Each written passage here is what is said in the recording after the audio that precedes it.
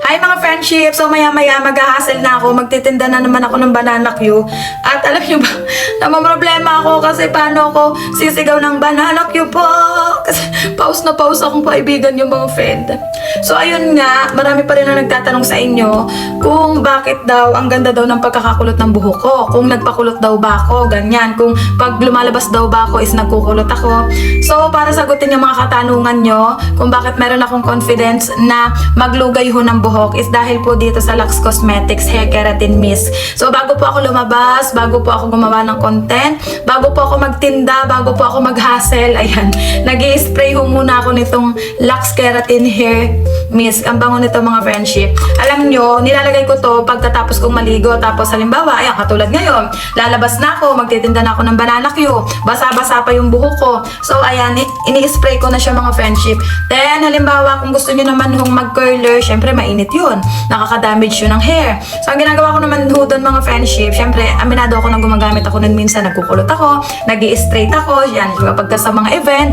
So bago ko kulutin or i-straight yung aking buhok, sinisigurado ko na ko nito, nag-i-spray ako nito kasi hindi pwedeng wala. Kasi madadamage lalo yung hair ko. So para hindi siya gaanong madamage ng heat, ng mga curler, ng mga straightener. So ginagamit ko tong hair mist ng Lux Cosmetics. At isa pa mga friendship sa kagandahan nito, minsan, aminin nyo, yung mga katulad kong hustle queen din dyan, yung mga hustle princesses dyan. So minsan hindi na kayo nakakaligo. Aminado ko, inaamin ko.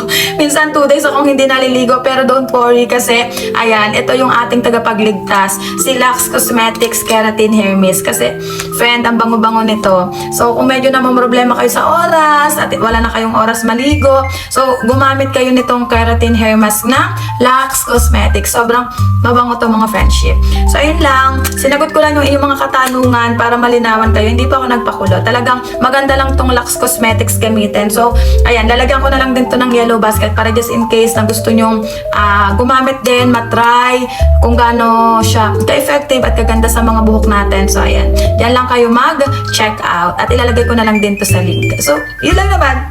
Mag-asal na ako, magtitinda na ako ng banana Q. Mas pinoproblema ko patuloy yung pagsigaw ko ng banana Q po kaysa sa buhok ko. Diba? Ayan o. At least, nabawasan yung problema natin. So, yun lang. Love, last. Bye.